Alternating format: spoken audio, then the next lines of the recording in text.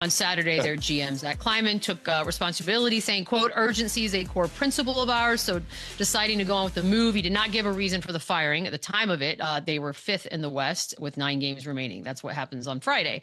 So I think everyone was like, and you even put it on Twitter, Chandler, WTF. That is the only response most of us could come up with.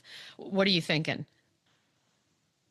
This is just part of the business that I hate. Even, I've never been a coach, as a player and now part of the media.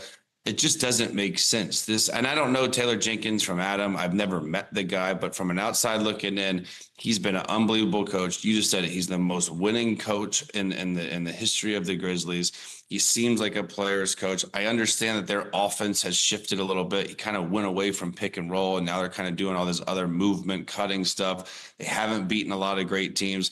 But the coaching, it's just a raw end of the deal that these guys get because they put in the time. This guy's dealt with so many injuries too. Look at that roster and look at their main guys, their core guys. They've all missed time. They've all missed so much time, and they've still managed to stay afloat. They're still in the 5 seed. They're still a game out of home court advantage in the playoffs this year with such a young, up and coming, talented team. And with 9 games left, it makes no sense to me.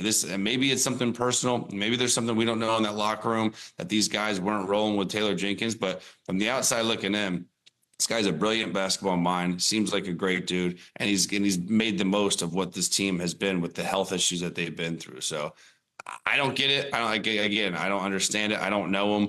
Maybe there's something else there, but it seems like he's done a fantastic job there, and no doubt in my mind he'll land somewhere else. Yeah, listen, I work with Taylor in Atlanta. He was my assistant coach for a few years, and enjoy working with him. I don't know what's his identity, what's his personality as a head coach. I know I really got along with him. He was a great guy when we worked side by side together. But sometimes, Chandler, man, these things can't wait, right? Like, you got a team that's 8-11 after the All-Star break that we're saying that's going to be one of the teams that's going to put pressure on the top. Then you lose 4 out of 5, and if you lose that locker room, why wait? You're in the 5th, but all year long you've been flirting with the number 2. You've been flirting with the number 3. This is somewhat of a slide, and some of these other teams behind you is the reason that you're still in 5th place. Like, Memphis hadn't played their best basketball. He's dealt with a lot of injuries, dealt with a lot of adversity in his 6-year tenure in Memphis. But, if you have an owner, if you have a GM that feels like the time is right now, you got to go ahead and cut the cord. I always reference back to the Blake Griffin trade in Los Angeles. We were in a great run, and it just got to the point where it didn't matter how well we were playing. It was time for them to part ways, and it looks like that was the situation here in Memphis. So I can't speak to what kind of head coach he was. I can't speak to what was going on in Memphis. But usually when these type of things happen, that means you've lost the locker room. And like they said, urgency is a core principle in Memphis. So why wait? And he was the casualty of that. So there's a lot to this as well, right? We'll get to sort of the assistant coaches they were already gone. So this wasn't even his staff. As you mentioned, Ja's been hurt. He's missed 30 games already this season, and their record since All-Star break. And the games they have won have been against the lousier teams in the league, which is why I think a lot of people are sort of scratching their heads. But the biggest part of all of this, and the part that doesn't make sense, and I know that the GM used the word urgency, but at the moment when this happened, you had 9 games left on your schedule. You are very much in the playoffs. I think the timing for most of us is what's the confusing part, because why not just ride this out? To me, you're sending the messages we're just giving up because we're going to put an assistant in and we'll see what happens and let the season finish, Chandler. But 9 games left, you don't just let him finish. Yeah, well, I think they just know he's not the guy for the future. They know they're going to make a move. So why not mix it up? Why not light a fire under this team's, what right now going into the playoffs? We know they're a lock for the playoffs, at least, say they get in the play-in, whatever. At least now they give this young guy, I guess, a chance to kind of see what he can do with this roster. At least now he kind of put other coaches on alert and start the job hunt now. But the timing, it doesn't make sense to me. I'm trying to just kind of think of ideas right now on the fly in my head, but No, listen, it doesn't make sense. And again, maybe it's just because they're so certain that this is not the guy for the future. This is not going to be their head coach next year. So why wait? Maybe this kind of brings the team together more when you get rid of a guy like this. Maybe there's some, underlying locker room issues that we are unaware about that just couldn't wait. And this was an urgent situation, but it doesn't add up. And then you see all the interviews afterwards, Jaren Jackson saying that's always going to be my dog, and Scottie Pippen saying, I love this guy. He's the guy who let my NBA dreams come true.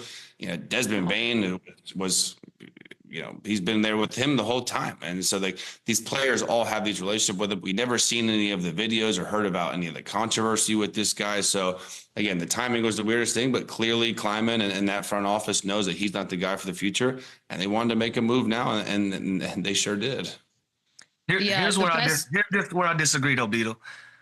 Yeah. I don't think they're mailing it in. We just said it. That's not even his staff. Those guys belong to the organization. And so when you make a switch to somebody that you're already comfortable with, that's in your organization, that you put in place to be one of his assistants, I think they feel as an organization, we're just going to keep moving because we're in the position that we're in. Let's look at an example in Sacramento. Sacramento brings in Doug Christie from front office, from being with the organization. They go on a great run with him. They're a rejuvenated team. Now I can't speak to the relationships that Taylor had with his staff. I don't know, and with his players. I don't have the insight on that. But again, behind closed doors, you don't know how these guys are reacting to the new coach. You don't know how these guys feel about the new coach. So for them to put him in position, and he's also part of the staff, this might can rejuvenate this team and get them back to where they're going. So again, if you're already a sitting duck, if you're already a lame duck in that job, and they already know they're going to move you, it doesn't matter that it's 9 games left. Matter of fact, give us the 2 weeks that we need to finish out this schedule to kind of find a rhythm going into the postseason with the guy that we already felt comfortable with putting on your staff to begin with. By the way, my favorite thing from the weekend was our guy, Gigi Jackson, thought it was a Centel report. So I just love him. I love that guy, and I can't wait to we should get him back on the show because he'll tell us the truth of what's going on over there. I listened to a lot of sports radio on my 20-hour drive out here, and they had a few reporters that cover the Grizzlies. What was interesting was that, and the Athletic reporting it as well, is that they had been putting in this new offensive strategy that comes from like a D3 school, right? It wasn't Taylor Jenkins. It was one of the assistant coaches who's also now since been fired.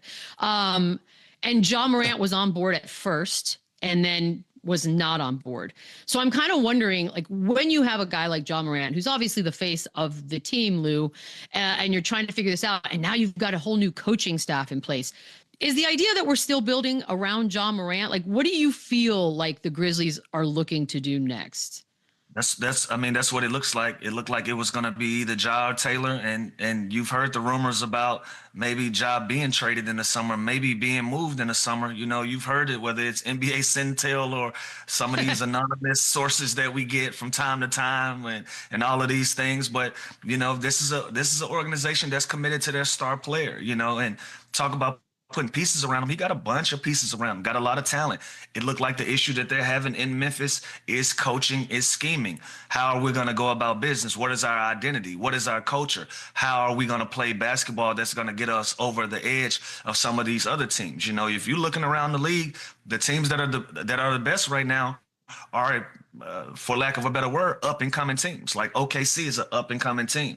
Houston is another up-and-coming team that are based around young talent. Memphis is still at that pocket. They're at the end of the young tag, but they're in that pocket. You got Jaren Jackson, you got Bane, you got Ja Morant, you got a Gigi Jackson, you got a Scottie Pippen Jr. who's playing good basketball, who's finding a role on that team. So you have a solid core of guys that you can build around, but if you don't have the offensive scheme to put them in to give them an opportunity to be great and put some real pressure on the West, then yeah, you got to part ways and you got to go a different direction. So to me, this is them making a decision to sway Ja Morant's way opposed to a coaching staff's way. Yeah, and clearly this is what he wants and maybe what the players want. And Kleiman has always been great with having that, that dialogue with players. But again, this is a team that's been in the top of the West pretty much every year he's been there. Yep. They've been, they've been contenders, not exactly to make it to the finals and put themselves in that situation, but they've been this team on the rise that have surrounded Ja Morant and Jaren Jackson with a bunch of talent. And I see the reports on this new offense and this new 5-out offense versus pick and roll run and gun offense. And Ja Morant was getting frustrated with it. And the fan base was growing frustrated with, his end of game situation, things like that. That's all stuff that most coaches have to go through. They're trying to adjust. And I respect Taylor Jenkins for trying to implement new offenses and systems, trying to get this team over the top. So again, I feel for the dude. I don't know him at all, but no doubt in my mind he'll land on his feet, and he'll probably go inherit a really good Philadelphia 76ers team next year, and it'll all just be a memory. But there's no way this dude's not going to be a head coach again.